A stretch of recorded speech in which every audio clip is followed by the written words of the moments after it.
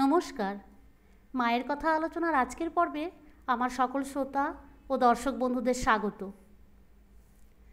জগদম্বা আশ্রমে থাকাকালীন শ্রী শ্রী মা ও স্বামী শান্তানন্দজির পাপক্ষয় এবং দীর্ঘজীবী হওয়া সম্বন্ধে যে কথোপকথন হয়েছিল তা এইরূপ। স্বামী শান্তানন্দ ও স্বামী হরানন্দ কাশী হইতে আসিয়াছেন, মনীন্দ্র পুনরায় আসিয়াছেন। সকালে শান্তানন্দ ও মনীন্দ্র শ্রীশ্রীমাকে প্রণাম করিতে গিয়াছেন। ভক্তেরা কোয়ালপাড়া মঠে থাকেন আর মা জগদম্বা আশ্রমে। স্বামী শান্তানন্দজি মাকে বলিলেন, আপনার শরীর কেমন আছে মা? মা বলিলেন, ভালোই আছি। রাজদ্রোহিতার সন্দেহে আটক হইতে মুক্তিপ্রাপ্ত একটি ছেলে পূর্বদিনে আসিয়াছে। পুলিশ হাঙ্গামার ভয়ে ভক্তেরা তাহাকে তখনই বিদায় দেবার চেষ্টা করিয়াছিলেন। মাকে জিজ্ঞাসা করায় মা বলিলেন, ওকে রেখে দাও, আজ থাক, কাল যাবে ক্ষণ।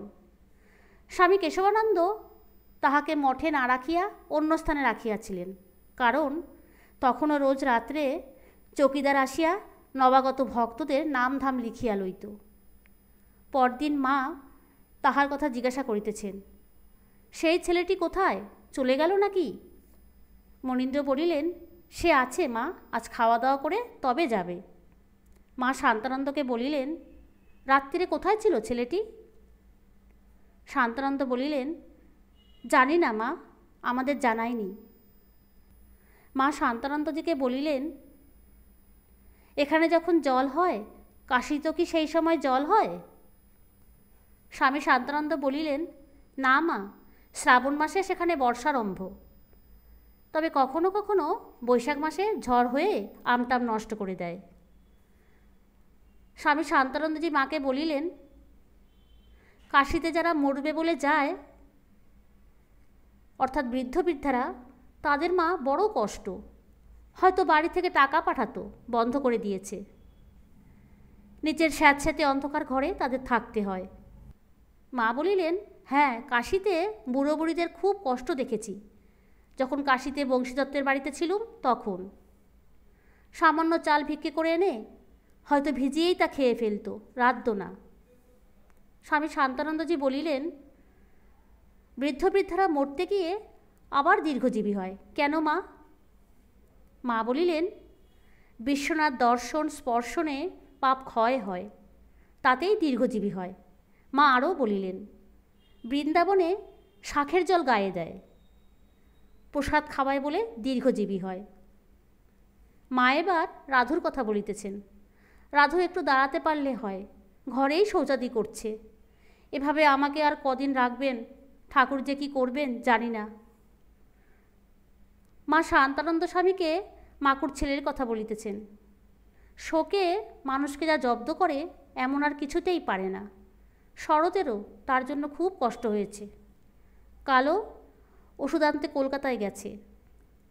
এরা আবার তাকে বলে দিচ্ছিল শরতের সঙ্গে যেন দেখা না করে। আমি বলি, কলকাতা যাবে আর শরতের সঙ্গে দেখা করবে না, এ কী রকম কথা?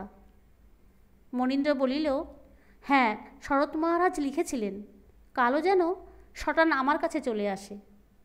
মা তরকারি কুটিতেছিলেন। স্বামী শান্তানন্দজি চেলোফল দেখিয়া মাকে বলিলেন, এ কলকাতায় পাওয়া যায় না। মা বলিলেন, এতে ছেচকি হয়, অম্বলে দেওয়া চলে, ঠান্ডা গুণ, ভালো জিনিস।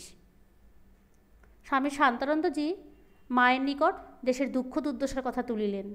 স্বামী শান্তানন্দজি বলিলেন, ইনফ্লুয়েঞ্জাতে শুনছি 60 লক্ষ লোক মরেছে, ধান চাল সব দুর্মূল্য, লোকের বড় কষ্ট মা। মা বলিলেন, হ্যাঁ বাবা, লোকে খেতে পাচ্ছে না, আবার যার ঘরে ছেলেপিলে আছে তার আরও কষ্ট। এই তো কষ্ট আরম্ভ হয়েছে, বর্ষা হয়ে ধান চাল হলে তবে তো কষ্ট যাবে।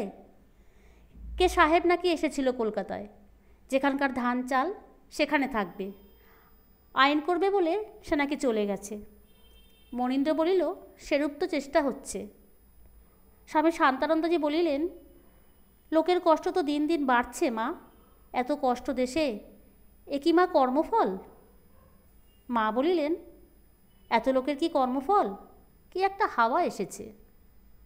স্বামী শান্তানন্দজি বলিলেন, যুদ্ধ থেমে গেছে, তবু জিনিসপত্র সস্তা হচ্ছে না কেন মা?